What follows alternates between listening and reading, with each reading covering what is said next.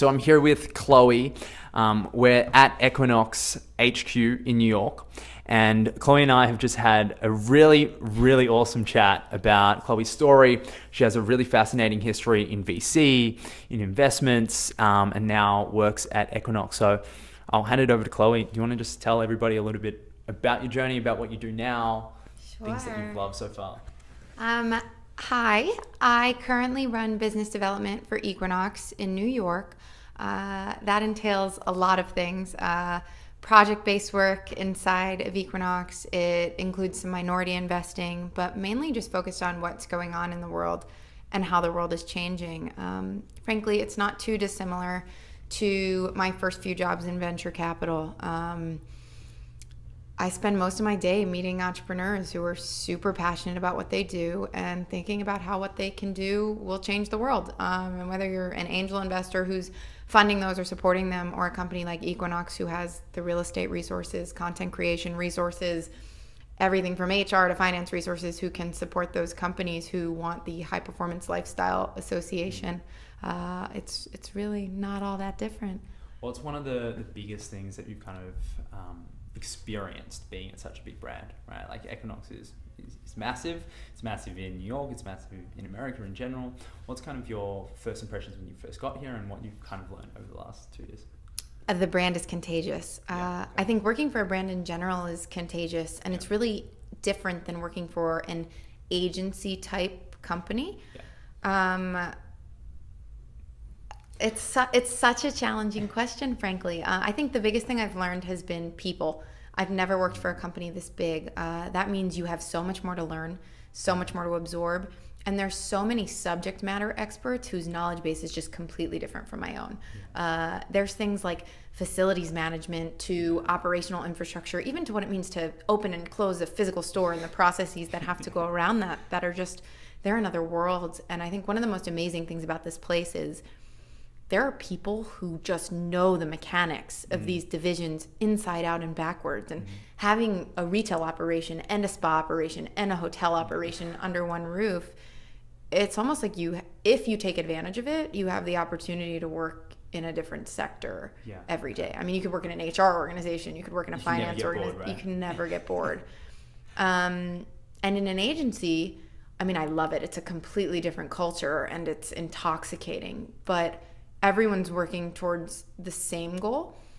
And though there's a lot of functions, our knowledge base, generally you train under someone who has done it for a really long time. And here it's really different. It's like straight in the deep end, figure it out. Yeah. That's that's really, really cool. Okay, so we chatted just before about your history or experience in VC. You were saying you worked under Gary Vaynerchuk for about a year. Do you want to say anything about that? What you experienced with Gary, like what your impressions were, how that helped you grow in terms of your own journey as well?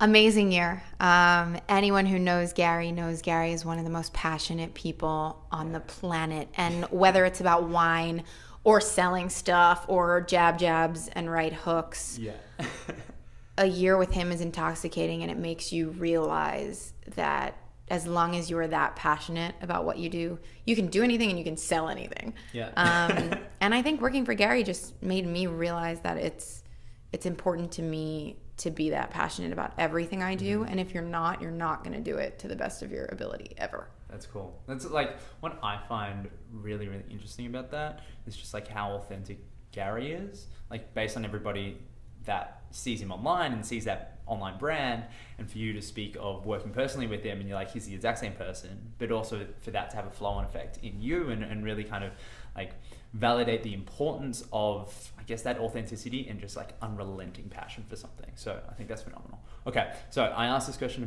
for everyone. If you could talk to yourself, Chloe, when she was just first starting out on this journey, what would you say to her? You have to put opportunities you want out in the universe. I think we think there's a select pool of things available, but unless you say what you want, like people may not even know opportunities exist. And take my job with Gary, for example, like there wasn't a posting somewhere that he was hiring for something. I put what I was passionate about in the universe and someone found me. And I don't think when I graduated from college and after reading The Secret, frankly, and like learning about the law of attraction, I really started to change. But it's like, I'm interested in food. Anyone who knows me knows I'm interested in food, and now food opportunities. I just angel invested in my first food business. Yeah. So it's almost just like, if you don't say it, how's anyone going to know? How's anyone going to reach out to you? And Gary was a preacher of that too. But whether it's cold emailing or just telling people about what you dream about, if you don't put it out there, it's never going to happen. And it's not because you're not going to make it happen, but so much of what we do depends on people's support, people finding us, people helping us. You look at tech entrepreneurs, if you don't say you're looking for a co-founder, you're never going to find one. Yeah, it's totally true. And I really, really believe, especially for young people today, that's so important towards finding happiness in your career. Yeah, you create your own serendipity, right? Like you create your own luck, you create your own opportunities. The only way to do that is to actually get out, right? I think a lot of people fall into, I guess, like an information bias. They love to read, they love to learn, and like, I think that's phenomenal. But ultimately, it's like, it's very easy to hide behind that, and behind that passion. You actually have to go out and actually say what you want, and actually put yourself out there. And it sounds cliche, but like, straight up, like, you've shown it in your own career, which is, I guess, in the relative scheme of things, only just starting. Very early. You've been able to achieve so much. Awesome. So do you want to leave everybody with anything you want them to check out, whether it's the new food startup you just invested in, anything else, if they want to check out more? If not, we can leave it at that. If you haven't used it, you should probably use Canva. We just talked about it for a while. Another investment of mine, great Australian business that we're super psyched about. They just launched print in Australia, and I'm like a walking advertisement. That's awesome. But other than that, I think our conversation over the last hour has just, be passionate. It's like, you can see it on someone's face. It fuels everything you do. And if it's not there, you're not the best version of yourself. Yeah, absolutely. So keep an eye out for Chloe. She's going to do some amazing things. I can't wait to stay in touch and keep track of it. So thanks so much for having a chat. My pleasure. Awesome.